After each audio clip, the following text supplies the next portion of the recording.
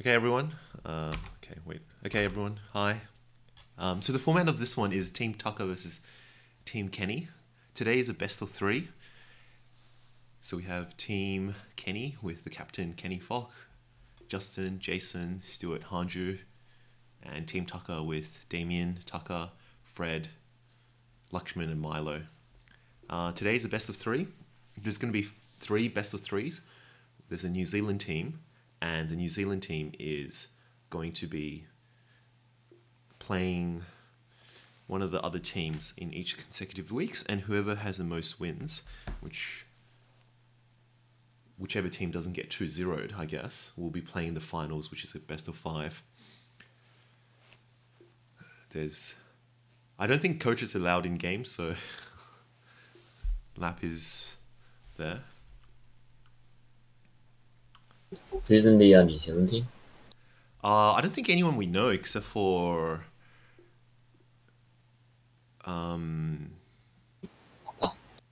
yeah, there's no one else we know. Team Ben, I believe that is one of Lakshman's friends.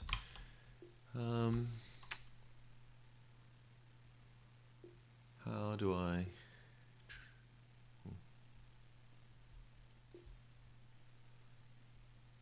Anyway, this will get recorded if the stream is unusable.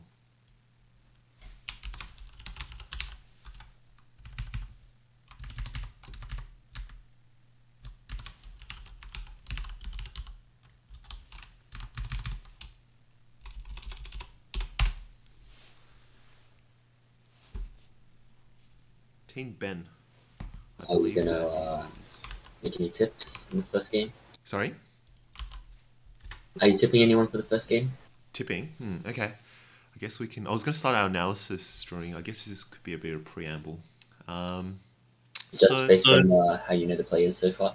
Yeah, so I think this is I think the team is without a doubt headed by Taka and Kenny. They're both captains, and they're probably the best players in their respective teams. They're both high ancient / divine players. Both have a very good understanding of the game. I think the deciding factor of this game will be how they draft and how they coordinate the team, which sounds obvious, but I think drafting is probably the big thing in this game, given that Kenny and Taka are very flexible players, but the rest of the team have a reasonably limited game pool. And it's no surprise that the first ban is Clockwork and Magnus, Clockwork being one of Damien's strongest heroes, or by far the strongest hero. And a quick ban for Void as a second pick ban for Lakshman. And Jara's banned as well, so this is an interesting ban. I don't think I've seen Justin play Jara. Jason does though. Ah, okay. So Jason, they were running worry about that. And they first pick a Sven, knowing that Justin has been playing mid Sven for a long time, and looks like Lakshman has been practicing as well. And so also no surprise they go blue with Lich first. Lich being Stu's breakout hero. By far the strongest. Very good damage. Frost shield against armor and cancel. This is a very pretty quick draft. It sounds like both teams know what they're picking.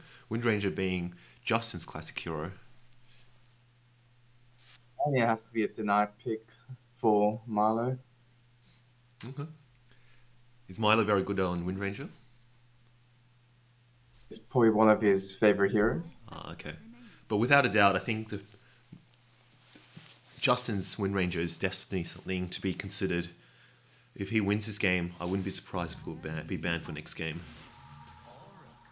Oracle, one of Fred's classic heroes. Very good player with Oracle. As we know, disable, prevents attacks, prevent magic damage, and save.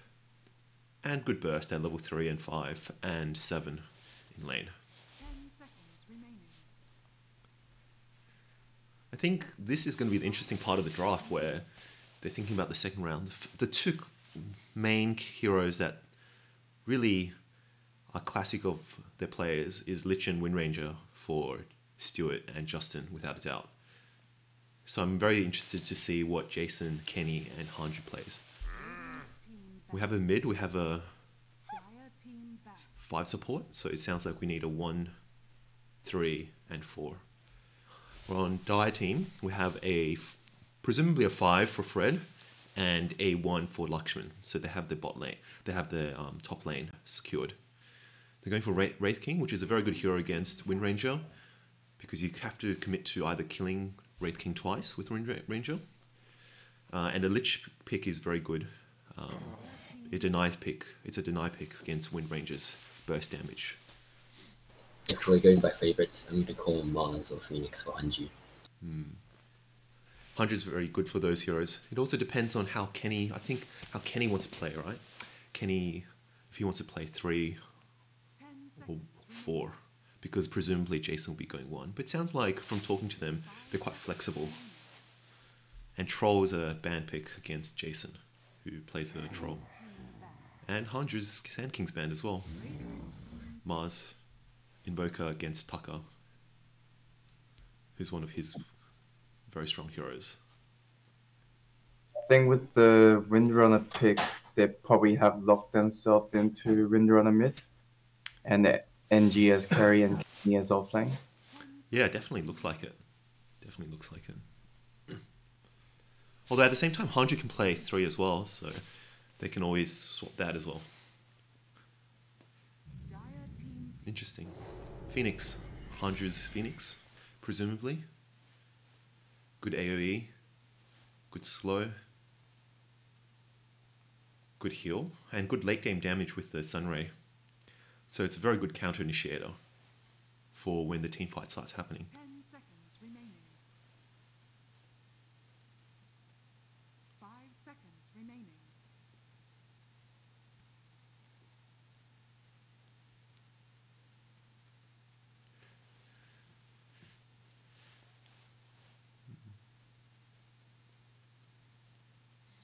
I think looking at the Radiant team, they have one reliable stun at this stage, 1 AoE stun as a counter initiation.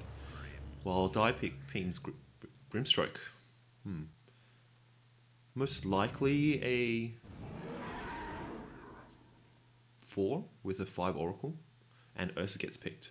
Ursa very good burst damage, very good against Sven as well, using Enrage, and Enrage Shard makes that you have lots of reduced damage for quite a big duration of your fight.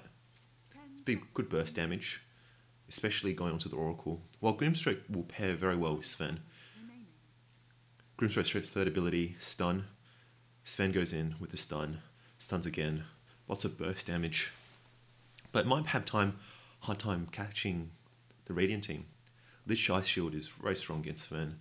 Wind Ranger, Wind Run, and Ursa, Enrage, and Phoenix can just dive out of the way. So Sven needs a bit of items in this game to catch, whether it's a Ags or a Blink. I think not going either of them will mean he just get kited this game. So on Dire side, there's only 1 stun at the moment, and we shall see. I think they look like they need an initiator for the fights, because I don't think Sven wants to be the initiator without a Blink Dagger, BKB. Interesting to see what they pick offlane for Damien, because they have nothing really to do with the egg at the moment, as you said. Yeah. No really burst damage in terms of hits. Oh, Broodmother. Oofed. This is one of the heroes that really changes the game. I think there's only a few heroes that you have to really, really play and plan around. Broodmother's one of them. You can go offlane or mid with current Broodmother. I'll be interested to see who goes there. Maybe Taka. I've seen Taka play 1 or 2 Broodmother games, and he completely destroyed his lane against mid. Now that the ultimate is to spawn Broodling, there's more Broodlings that you can spawn. The Broodlings themselves do a lot of damage, so if left unchecked, you can take out a whole lane by himself with just a couple of minutes. The towers can go down in less than 2 minutes easily with enough spiders. So last pick, Axe, knowing that they're picking against a offlane hero, they're banning all the big AoE teamfight disruptions in Axe.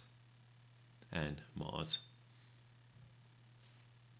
While Team Taka is banning out supports now, 5 seconds remaining. thinking that the Phoenix is a 3. Winter Wyvern isn't really a characteristic 3 hero, although you can run it as a 1 or 3, but 1 or 4. But I think Wind Ranger here is going to make it less likely to be a 2. Sorry, my bad, 2.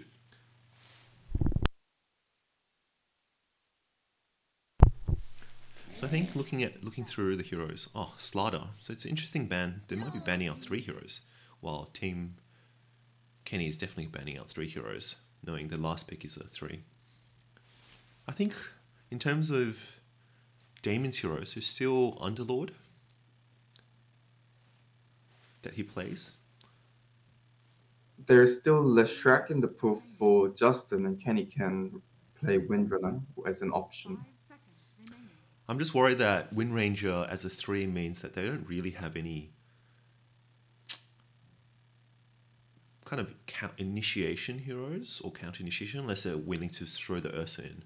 Radiant team I wonder what the last is. Oh, it's a Warlock. This is a very interesting now select pick. And this is Tidehunter. That's a very good hero. Very good counter initiation, very good initiation, meaning Phoenix will go into Hanju, Kenny is going Tidehunter, presumably Jason will be going Ursa. I think he's been playing a few games. Lich on Stewart, and Justin going Wind Ranger. While the Dire team is very interesting, a Warlock 3. Warlock being a very good hero with Ags, Refresher. But I needs thought we items. saw this in a previous TD. It's Warlock mid, I believe. And And off-lane Broodmother. That's also very interesting. Warlock is very high impact if with items. With Ags, with Refresher, which is around 10,000 gold. Maybe around 30 minutes, I suspect. Very strong damage. Very strong AoE control. And with the Midas as well. Warlock will be going against Justin, Broodmother and Taka, most likely off lane. Milo on the Grimstroke. And we have HJ and friends. I have to say though, they still have nothing to do with Phoenix. Yes. Unless they steamroll the early game, I'm afraid they won't be have enough damage to kill the Phoenix before the Tidehunter blink ulti. And the heroes aren't fast attacking heroes either. Grimstroke's slow, Warlock's slow. It looks same like they're with going to be as carry Tide. Carry Tide. Interesting.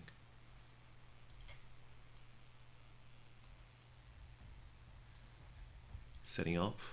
And just to finish with introductions, Fred on Oracle and Lakshman on Sven. First blood by Dire Radiant.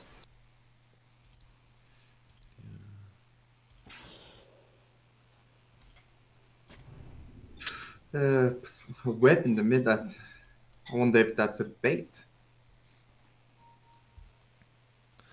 Interesting. 30 Interesting. seconds to battle. Perhaps they're setting up for a mid Tidehunter? But mid Tidehunter isn't that important these days against the Brood because you only get spiders at level 6. So it's about winning the lane. And Brood is it's hard to lose a lane, I think. Insatiable Hunger really just get your HP back very quickly. And Silken Bowler. So just looking a bit further. Die team contesting bot while Radiant team contesting top. No real exciting fights at this stage. They're missing the rune. And let's see what they do. So it looks like an Ursa bot with Jason, Lich. Very strong lane if they get the heroes against, like Jay correctly predicted, a fake out web mid. It'll be a Tidehunter versus a Warlock.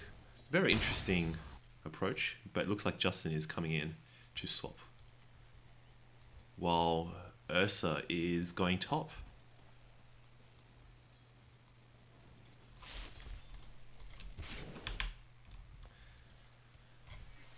And we have Hanju top against Lakshman. with Ursa.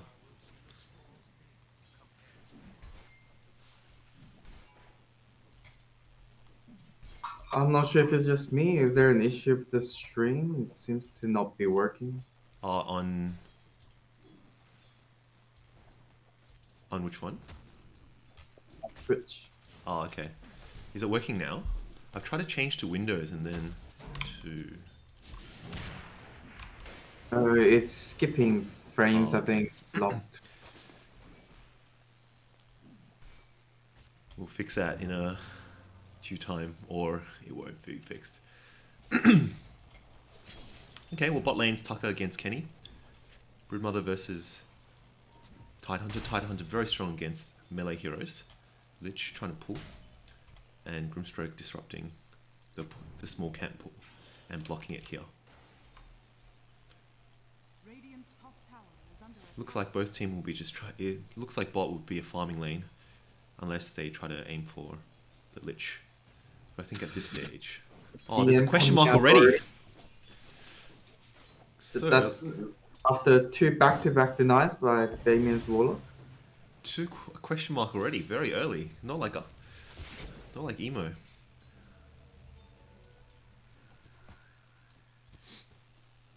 I think this lane will be, in terms of, it will be a very even trade, but it will be a very, very, very low kill lane, where Justin will be aiming to get his either MKB first, or getting his, perhaps even a Maelstrom, or will be getting his just a regular Javelin. Very unlikely to see kills mid lane unless one person steps out of the way, but it will be a high harass lane because Warlock will be using Fatal Bonds to do a lot of damage over time and Shadow Word. But it looks like he's going in Ags first, which means that by 15 minutes he'll be very strong, but will fall off a bit later if he doesn't win team fights. The top lane is an interesting kill lane with Sven, with Oracle. But I think the only hero that will kill is Jason, who's already very low HP now. Stun, kill lane. Being a bit greedy, he's trying to save himself. Now Hanju has a bit more XP, which will be very useful getting to level 6. And looking at the CS, it looks like Warlock is destroying Justin mid. Oh. Taka going against Kenny. But Life Heal was very strong, but the Tidehunter Anchor Smash will reduce his damage. This might be even a kill. Playing very slowly. Gosh, is up.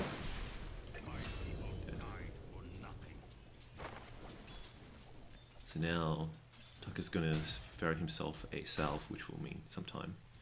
Shame. Shame. Again, Warlock is dominating the mid lane. 20-11 versus 13-4. I think Justin's not used to this unusual matchup.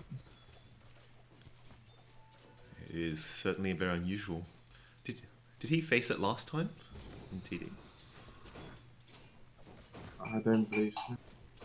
This is a lot of damage in this lane. And Warlock has quite good right click animation as well.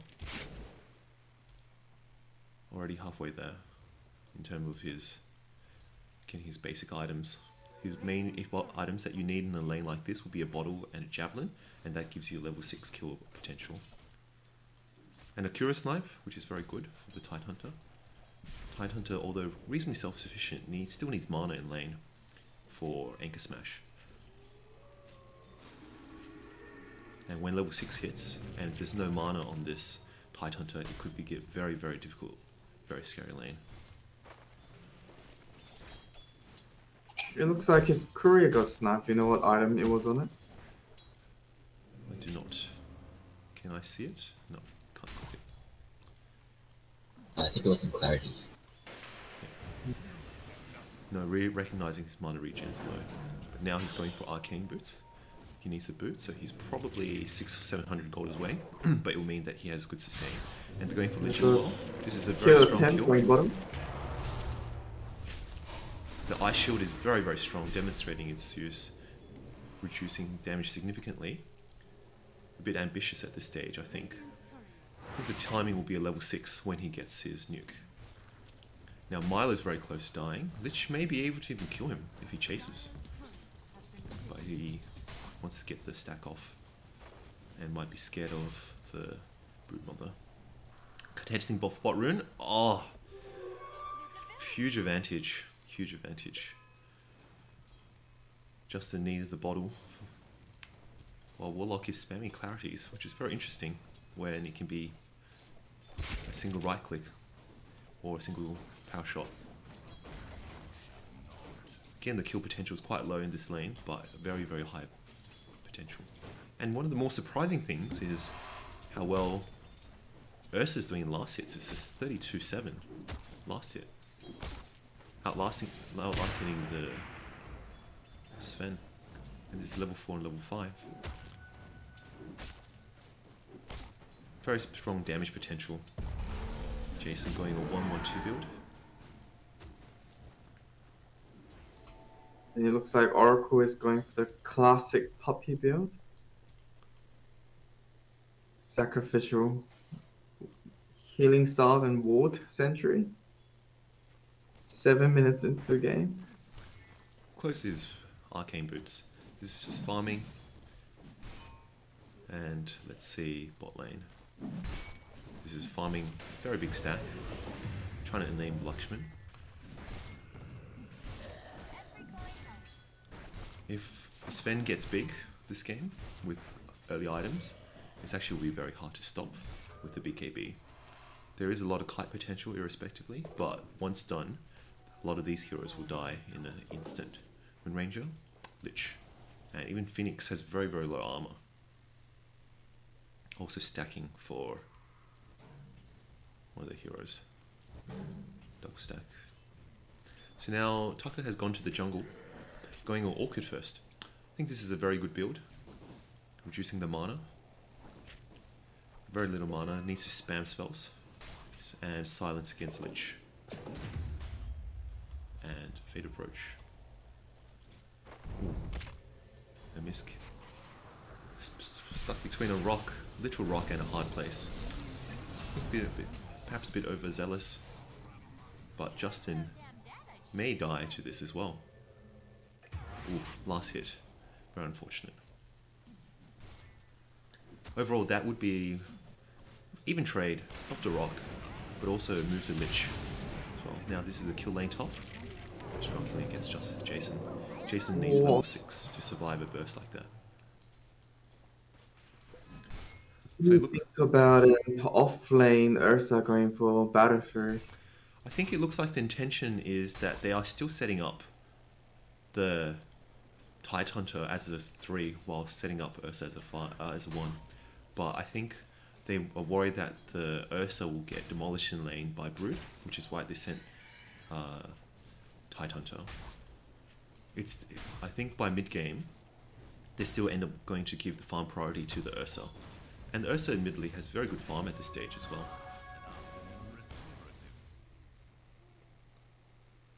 53, almost catching up to their carry on the other team. I think in terms of net worth, you can see that there's a very minor lead on Dai team. Very minor. And now that Ursa's level 6, it's going to be very hard to burst down the Ursa in terms of fighting.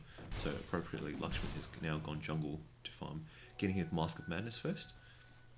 So you can have Sustain and Flash farm, probably going Echo Saber afterwards. Now there's a gank mid. Oh, Lich has been spotted by Milo.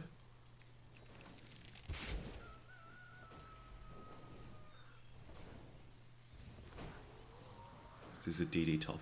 The DD will be very, very important for Wind Ranger going for a solo kill. Dire's bottom tower is under attack. So it looks like this game, everyone's trying to get their core items first. A Blink Dagger on the Tide Hunter. 100 away, we can expect some fights at that time with the Ravage. They're diving mid, again with the DD. It's very strong. One of the consideration is that it can be poached off by Fortune's End for Oracle. And a rock was dropped. And again, another question mark out. These places are getting very confident that they'll win. We have, and our question mark tally currently is 1 per each team. Now, we're going. This is the battle. Taka, still trying to farm. The strength of having the Broodmother bot is that this Tidehunter will always be here. They can't rotate the Ursa in. The Ursa will die very quickly. So in a way, the Tidehunter is locked to bot. And if when Tidehunter goes missing, this tower is going to go down. So in a way, the Dire team should be playing around the Brood pushing, while the Radiant team should be pushed around to Tidehunter's timing, which he has Ravage now. He's going to get his blink right now, and perhaps there's a smoke as well. Going for a smoke. But there is no one else in the lane. Pushing out the lane by Justin and see if he's going to go. See how much this Broodmother can push bottom while they try to initiate team fight. Yes. Building up his spider stacks and not knowing where Kenny is, so being a bit hesitant. But now he's going to poke bot and see what happens. Team fight mid. Tidehunter ult, killing the important Oracle first. The egg is dropped. Warlock's dead, and Grimstroke's dead. This shows the importance of stuns and AoE in team fights. Lakshman's coming in, hitting a Wind Ranger, Shackle Shot, Lich, Frost Shield, and Lakshman's dead. A triple kill on Justin. Not having there.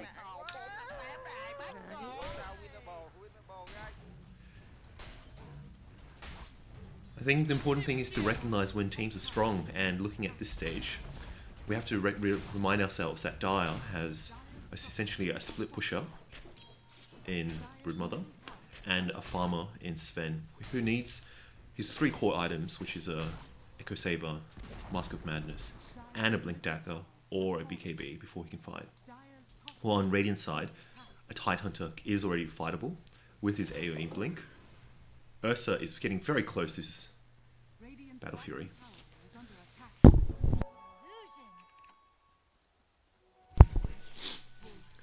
Wind Ranger will now be angling towards his MKB, and then his burst potential will be significantly higher with that. While Sven has a lot of armor when he uses Warcry, MKB and his magic net proc will chew through it. Now, it looks like Tidehunter's going to go bot lane, and Taka is going to be trying to angling a bit of farm with his build. The Radiant will be looking to either going to prevent Taka from farming, or play around this Blink Ravage. Getting kills with Blink Ravage, going on to fights, and then going off to farm again, and repeat. Oh, Ursa gets big. Oh, so there is a silence. Oh, good initiation. 3-man Warlock stun. Oh, double Grim. And running through. At the moment, they have slow with Taka. Taka's burst damage with ult, but it's very close to dying. And Oracle's still running in. Might be dead. Now Justin still have the ult, so it might be very dicey, but he kills it. The spider egg's dropped, and Kenny's by himself. I don't think he had Ravage at the beginning of the fight, which I think is the main issue, and there's no counter initiation. This 2 fights just show how important the Ursa's coming in. Probably very unlikely to chase without. Very interesting TP in there. But now they're going to go on. Jay hasn't used his spell. Broodmother is just running around. And Jason's getting kited quite hard.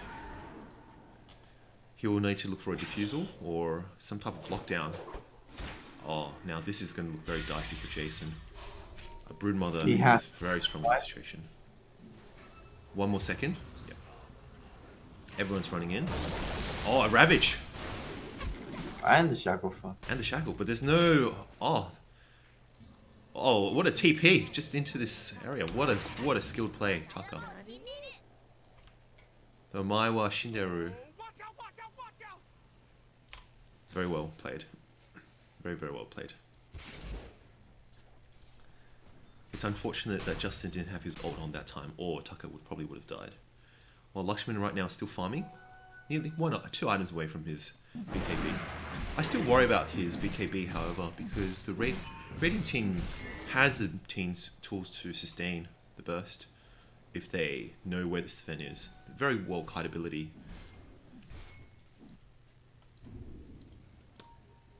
Hanju putting down the ward right in front of the sentry. A bit unfortunate, but it is a very interesting place for the sentry.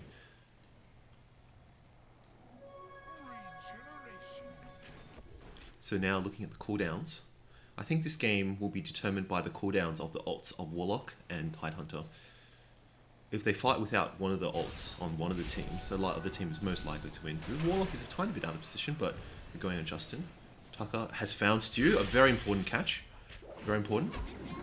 But Justin, but no lockdown.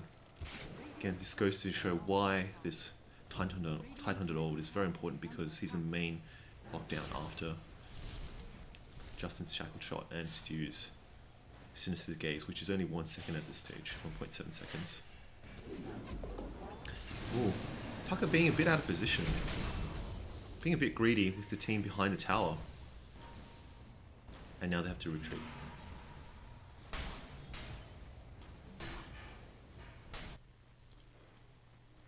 Richmond still farming, Ursa also farming as well, going as Sanj and Yasha. Now they're contesting farm, each other's farm. I'd like to see a bit more stacks for the Dire, for the Ancients. They're coming across. We're getting Lakshman. Oh, Lakshman, a dual stun. Excellent, excellent combo, excellent combo. This is why team fight spells are always very important. The Grimstrokes Soulbind with the double stun on Lakshman means, and the ult just means that the team just got completely wiped very quickly. Very good drafting, understanding, where both teams understand that they need big stuns, big team fight disables to win the fights. So now it'll be up to Radiant to really think about getting a lot of BKBs for this fights, because the stun potential in the AoE stun with Sven and Warlock is very, very tremendous. And now Damien is going for the refresher. We'll probably get around 25-30 minutes, and when he gets it, will be very strong, skipping the shard that everyone likes in terms of the AoE heal. Start farming the stacks, but may not be able to take it actually. Oh, they caught him. Now the team is all massively pinging. They're all coming towards Milo. Very good TP at this stage, but unfortunately caught by Lich, who was unfortunately there. The rest of the stunners are here and here. So Taka still happily farming bot, getting a Salt Cuirass, going for a damage build, and then a Yule's very interesting build. Now they're going for the Roshan, knowing that there's no rock, so they can easily get this. And this will be probably a Ursa or a Justin Aegis. So Kenny's angling for the Aegis. No, he'll be going to Ursa. And with this time, Taka's just farming bot, having his spiders or webs all around the ancient, or all around the neutral creeps, and just farming. Non-surprisingly, his farm is second highest on the map, with Lakshman first, with a lot of stacks previously. Now Lakshman is 50 gold away from BKB. This is a smoke. Oh, that's a very interesting. Oh, this is what a stun! Getting the Oracle, knowing the right hero to get, but got his ult in time. Oh, the double stun. Oh, Lakshman still survived. Oh, unfortunately, and getting the Aegis as well. The rest of the team, one is still farming bot. So this looks like the Warlock might be caught out of position, but not diving. Very importantly, the Monkey King bar is there, so very high burst potential. I think there was a chance that the Sven could have lived if Warlock put the Shadow Ward straight away. Instead, he Fatal Bonds and upheave instead. Yes, opting for the damage. Oh, this rock has been dropped. There's no real lockdown except for the Oracle's first spell, but he's enraged. So not too sure about that. With these spells, like, oh, okay. Had a dive, but fair. Probably didn't respect the damage potential of the Warlock Golem. I was going to say the Warlock Golem was wasted there. The Warlock Golem is very good as a counter initiation, because it's very big AoE, but as initiation you need follow-up, which there's no real follow-up. Oh, this Atos? I think that's a very good build. Very good build for a catch. Jason dying there because no that. Again, people like to go for the Sanj and Yasha build. Generally, the Sanj should be first because of the status resistance, but it doesn't offer too much. A Shard gives you instant enrage. I think it might be a better item. Very greedy build. It's a very good one build, but I think it shows a weakness where if you don't have enrage, he just straight up dies. What would you go, Jay, as a Ursa spammer at this stage? As a position, just remember, a position 1 Ursa.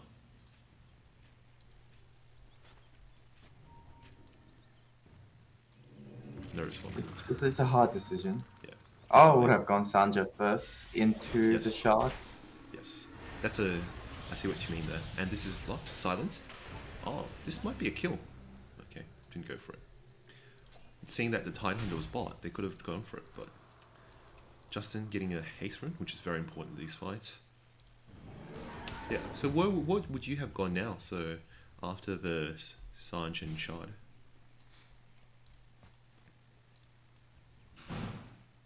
It really depends on the team at the moment. Not sure if he needs to build tank or whether he needs to buy blink so he can jump the back line so that Oracle cannot use his ulti on the Sven. Radiant's top tower is under He's been getting it off every time. Dire's middle tower is under attack. Well, now they're all rotating top. Hide some even at the back to show that they're not fighting. Going in. Sven's caught out, but there's a BKB. Just remember, oh, this is a massive combo. Rolling down. Wow. Very Phoenix strong. dies to the cleave and unable to get the egg off. This team fight is just rolling. I must say, it's Fred. Very, very, very strong support player. Even the Radiant respect him by always trying to cap this Oracle, but always getting the ultimate off. Very, very well played. And Milo's Soulbind, very, very on point as well. Going high ground. Kenny itemizing appropriately with Agnims. Very strong AoE. Oracle. But not going for them. Bit afraid to go in. Understandably so. But just to recognize that the Dire team doesn't have most of the big AoE, which is a Warlock, and doesn't have the save. Lakshman's farming, going for Ags next, also recognizing that the Duke potential is quite high. So that's a very good item choice. Now farming bot. They're taking over the triangle. Milo going his Aether Lens, which is very good, and then going for Tranquil Boots. A bit late, but still gives you move speed. Taka's getting strong, going at Yules. Perhaps for the... Not too sure, we'll see what the rationale of the Yules is. But BKB might be better for himself if he wants to participating in the fights, but he might be being more of a support-ish with Silence, Assault, and Yules to help prevent disables and locking down heroes like Ursa. Just remember, Ursa's Enrage doesn't slow down Yules, so it will still be at 2.5 seconds. D-Ward, bumping into each other. Justin, recognizing that he needs BKB. And one of the important things about BKB is that this Warlock stun will still prevent it if he comes in. I would like to see probably a save item as well, like a Glimmer, perhaps. Or the Silence. The use here is quite good to break the Silence. Stu on point with his Frost Shield, almost instantaneously. The state of the game is that the Ursa is still farming now his BKB. Doesn't have a lot of reach potential with this, so he's committed to running into these fights. But who does, a lot of items will be dropped on him. I'd like to see a blink. Angling towards mid and bot, or this is mid and top. This is an Atos.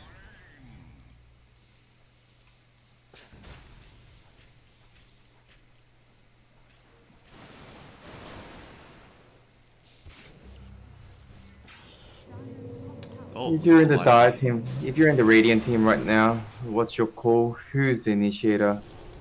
And who's the counter initiator? It's very difficult because the Dire team. Oh, let's talk about the team fight. Oh, double rock, preventing the Ravage. Justin's going on for Taka. He probably will kill him. Sven running towards Tidehunter. Oh, damage potential. Big glitch out. Now, this in no man's land, surrounded, but a lot of burst potential. Probably should be going on the other hero, yeah. But getting stunned.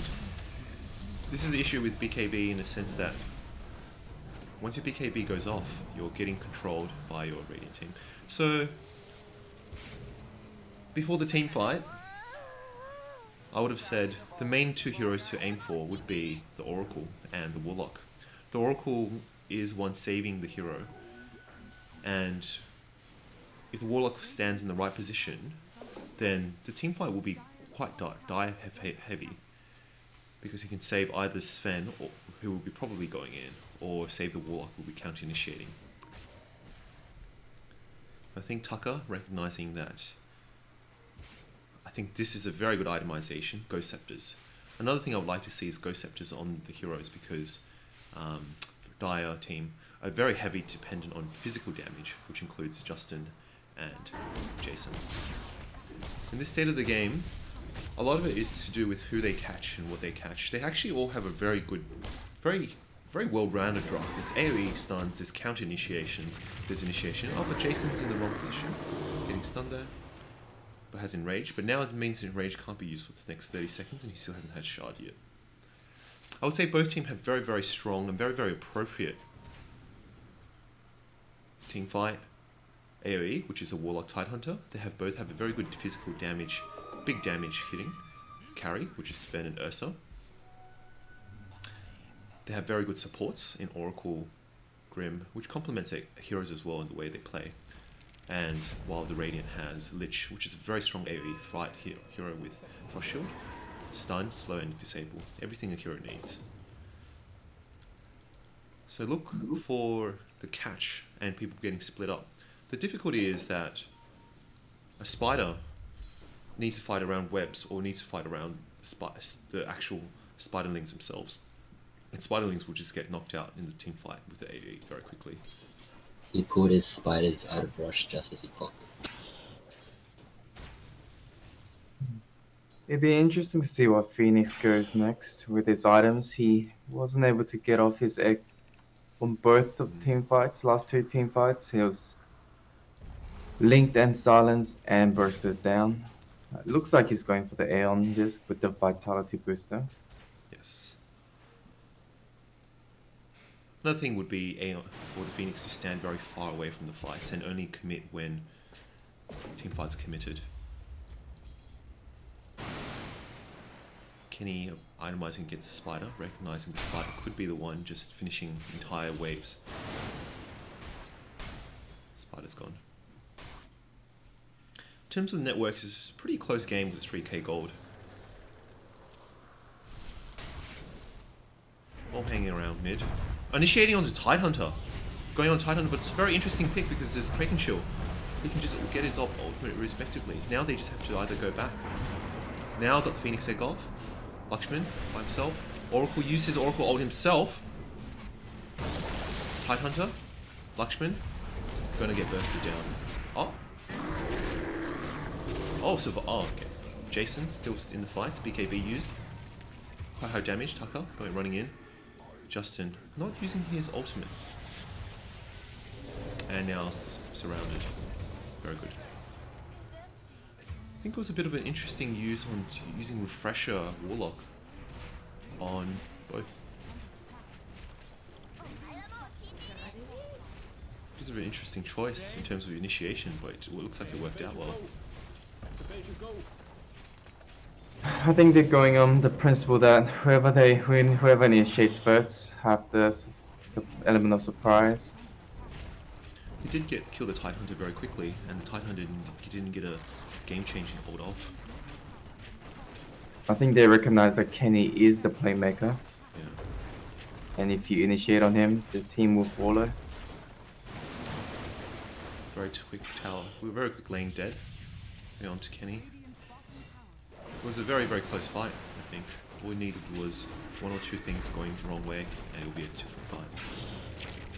Still a lot of defending potential from the Tidehunter.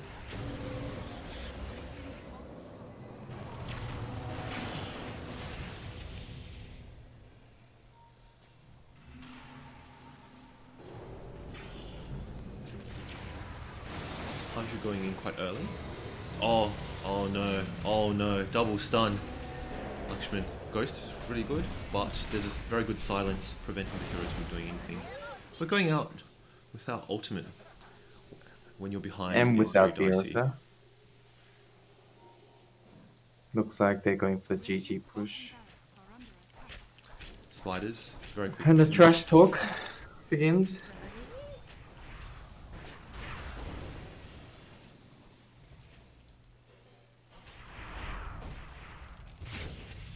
It's very excellently drafted on both teams. It's killing the Oracle, which I think is a right choice in fights. Without the Oracle, there's one disable and one steal, but they're just throwing him to get the racks. Lakshman going Ags, very good. I think this is a very good pick, because otherwise he would have been very kited this game. And he also has, importantly, the Stormhammer shard as well. So Radiant is behind this game right now. I think next objective the Dire to look at is to get Aegis and to finish the game off when we have a refresher. Actually, it's back now, so they can actually win the next team fight quite handily if they're all confined with dual. Just remember the damage potential is quite insane with the Fatal Bonds.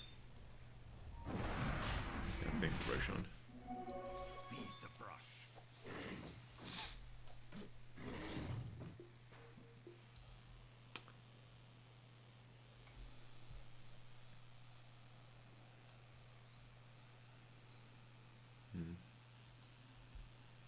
So what do you estimate Radiant's chance of winning is now? I think this game very, very low at this stage. 2 lanes with a Broodmother. Photo is taken. Cool. So there is no inherent draft disadvantage on either team. They both have the right heroes. So really it depends on gold lane advantage. And at this stage, with 2 racks down, it makes comeback quite a lot harder. Ursa is still quite underfarmed, and he still has no good reach, because the main heroes in this game are the Warlock and the Oracle. The Warlock Oracle provide the very big counter initiation. Warlock Fatal Bonds is very big damage boost, and the Oracle really just saves Sven, which is essentially the main damage dealer in terms of team fight, with his Warcry as well in terms of defense. But to catch both heroes is quite difficult. They have to quite stand together, and you have to stun both, either with a Tidehunter initiation or a Shackle Shot. If they get the Shackle Shot, I would say that Radiant actually has a chance of winning by killing both of them. But if you have to commit your Tidehunter ult to kill those heroes, then you're wasting a very big counter initiation spell, which they don't want. Ideally, I think in Radiant team fights, I think it all depends on Justin trying to kill Warlock or Oracle first. But Oracle is very smart at itemizing to a Ghost Scepter and going to going to a Eagle Horn, going to an Ethereal Blade next, trying to save others, while Damien is going towards a Vlads for team AoE damage and armor. I like to see Ghost, but Justin I think knows that that might be coming and is going angling forwards. This.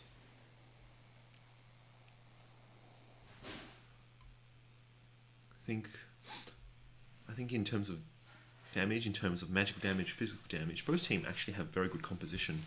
It's just that the 2 heroes are much more crucial in killing, especially the Oracle. I think the Oracle have been doing great work saving the heroes in this fight, or else I think 1 or 2 of the team fights would be very Radiant heavy, focused. So looking at the items, Lich, Aeon Disc, Ghost, pure survivability, which is very important for him to get his spells off. Tidehunter, going for a Guardian Groups, which doesn't actually dispel the silence, which is what's been troubling some of them sometimes with the Soulbind and the Phantom's Embrace. Phoenix currently at his probably halfway towards his Aeon Disc, but it's probably not all that necessary if he stands back even. Wind Ranger with his build, and Ursa. Ursa's going for a Satanic, but I think the issue will be that the Satanic doesn't help him catch heroes. While Taka is going Ethereal Blade and then a BKB, not going for Yules anymore, which I think is the right build so he can stay in the fights longer, save, do damage. Shame. Shame. And Lakshman's close to his Deadless, halfway there, and I think by that time the damage output will be very, very, very strong. Very strong. I think Sven always needs his Crystallis in terms of reaching his main damage potential. It's good to have 200% of 174 getting to 600-700 damage, but the Crystallis and the Daedalus is what really makes it strong. Okay, so go to the back of the game, 2 lanes down, and just importantly, even the tier 1 is still up on the Dire team. And now they're going away from Roshan, possibly respecting that they might have strategized to go to Roshan, and which they have. Smoked and angling towards that. Who knew that pause would help strategize team fights? Oh, they might be baited into getting... Okay, they see him. So now they use their smoke.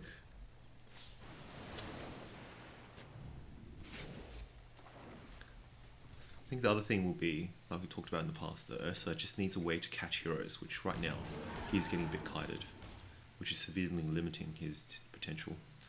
There was a team fight where Sven barely made it out and then died, but if Ursa had a bit more catch potential, then it would have been a lot better. This shows the importance of the Bissell nerf actually. The Bissell nerf would have gave him that catch that he needed, which he would have had in the past. And now they're smoked, not bait.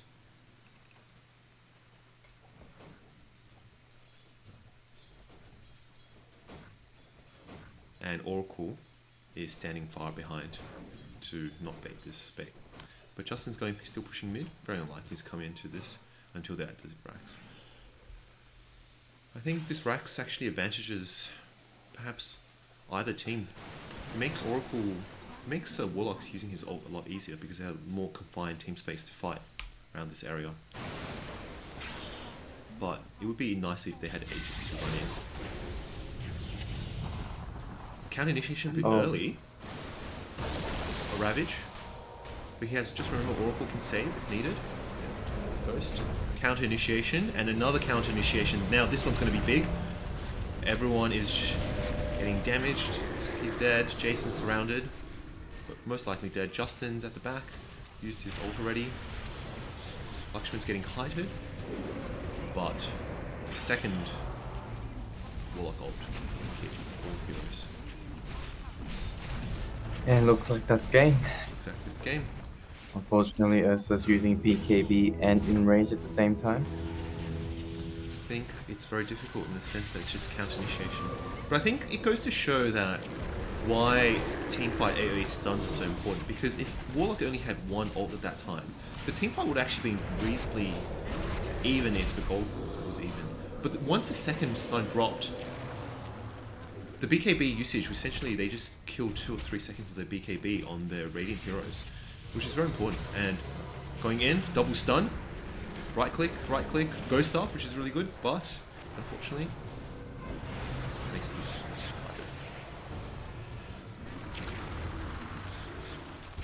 What do you think the Radiant team has to do going forward to game 2? I'll definitely ban this Oracle, or pick the Oracle themselves. This Oracle has been doing great work. I still think this Oracle probably won the game with the Warlock's ult. They've been very spot on. think Lakshman one or two times was a bit out of position, and Oracle just saved him. And then that made Radiant blow all the spells. And because of that, Kenny has been ulting as an initiation on Oracle plus Sven. And I think that was what lost the team fight at this region. Because you don't want to use initiation with Tidehunter ult unless you can definitely burst the two heroes down, which they didn't. And because of that, the reason why is you normally run into Blink Ravage. The stun is 2.8 seconds, so when the rest of the team is there, the heroes are most likely dead off their stun by then. Tidehunter doesn't have a damage burst in itself unless you go damage carry, which what it isn't. So all it takes is that 1 second or 1.5 seconds for the team to go there, and then they're off their stuns. And when they're off their stuns, then they can just easily just use Oracle's ult. So I like to see initiation, I think, in this game. I was depending on the Ursa initiating fights and play around Ursa, but that didn't seem to happen. And then that made Kenny use his ultimate for initiation. I think by the time that Warlock used his ult to just purely initiate, the game was already tipped into their favor. And I think if Kenny had a refresher orb, that would be different, in a sense that would give them essentially 5.6 straight seconds of stun. And that might have been enough because the damage burst potential is actually quite big on Radiant. But initiation means that instead of 5.8 seconds of stun, you have 1 second stun. And they're sneaking a Roshan, which is ambitious, I think, at this stage. I think they're still continuing, perhaps strategizing what to do next game, or they might be thinking of comeback, perhaps, with a team fight, buyback team fight, killing off the heroes and just going straight down mid. I don't think there's any potential of going through the 3 Raxes of 1, 2, and 3. I think it's just... I think this game, I feel that shows the initiation of a proper initiator, importance of a proper initiator, because this way you can play around your initiator. Right now, using your initiation for Tidehunter, I think it's a big waste that Oracle, Warlock, that doesn't need.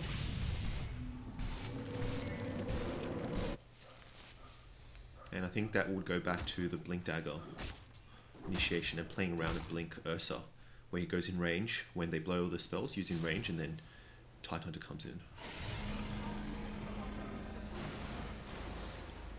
And that'll be the biggest problem that the Radiant team will have to address before the next game.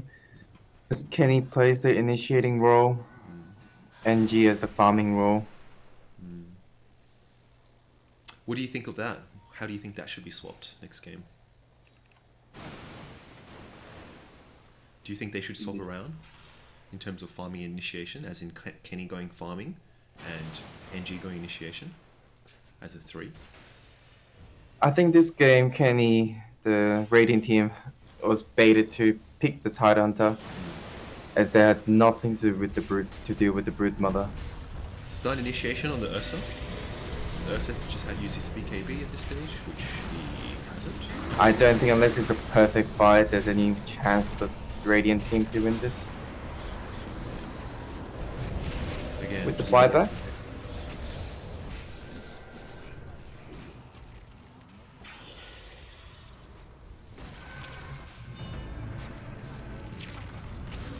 I think the other times that they initiate would be Justin initiating onto a hero, but I don't think Justin got his BKB early enough for him wanting to do that, because he genuinely comes in as killing a side hero. I think most of the time, GG's called. I think most of the times this was a reasonably well drafted game. It was a reasonably well played game as well. I think it just shows that importance of initiator. Correct. So this is 1 wrecked, 2 question marks, and a lot of Omoewa no Shinderu Nani. So looking at the scoreboard, the graphs, actually quite a reasonably even game until this stage, where it went down hills. And who would you give the MVP to this game? Oh, I think I would give it to Fred.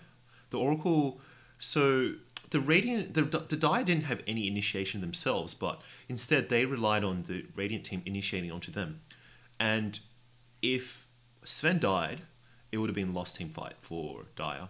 But Oracle managed to save Sven a lot of times. And Milo's ult, catching quite important heroes, and then the Sven double stun, really turned around two of the team fights. So I really think the Oracle did great work surviving initiation. What about you guys? Hanju is better served to play an initiator. I think there might have been some blown ults in that game in terms of either Phoenix Egg or missed ults, which at times he didn't use. Justin going 13-4-8, I think it's something to consider for the Dire. Irrespectively, this is by far Justin's strongest hero, easily carrying himself to a ancient level with this. Very high impact, 26k damage, very good farm. I agree. I think Oracle and Fred on Oracle deserves MVP. I think 2 fights in the mid game when he saved Lakshman, allowing him to do enough damage to win the team fight. Yep. And just remember, if Lakshman dies, that's a huge part of their physical damage. Taka himself doesn't actually do much damage to the Broodmother. He would do a lot of it with his ultimate, which is a Spawn Broodling, which is 500 damage nuke by all means in 10 seconds. But he wouldn't do that much damage because he's not itemized for a damage build. His Spiders, which does a lot of damage, would just get knocked out by the actually very good AoE on Radiant, which is why I think this game, they actually have a very good draft on both sides. They have good physical damage, they have good magical damage. But I think the thing that both teams lacked was initiation. Sven, I think, was very smart to itemize Agsum Scepter, which helps him initiate this game. I would like to see a proper, someone on Radiant team committing themselves to initiating a team fight, which they can play around. I think if one of the supports in this game was going to initiate, or perhaps I would have said Jason with his Blink Dagger or such, that would have been a much better fight. For example, an Ursa jumping into the Oracle, and then Oracle having to ult himself. And once he's ult himself, then the rest of the team will come in and kill the rest of the team. But Warlock also deserves a honorable mention with his good counter initiation in some of the mid-game fights where he really swung the game. I think this game just shows how important drafting is, and having a good order of team fight, knowing each person knowing what they need to do and what in the correct order they need to do to win team fights at these very equal level games. I must say the Broodmother didn't have as big of an impact that I thought he would, but I think he really made Tidehunter quite locked down in how he wants to fight. In terms of physical damage,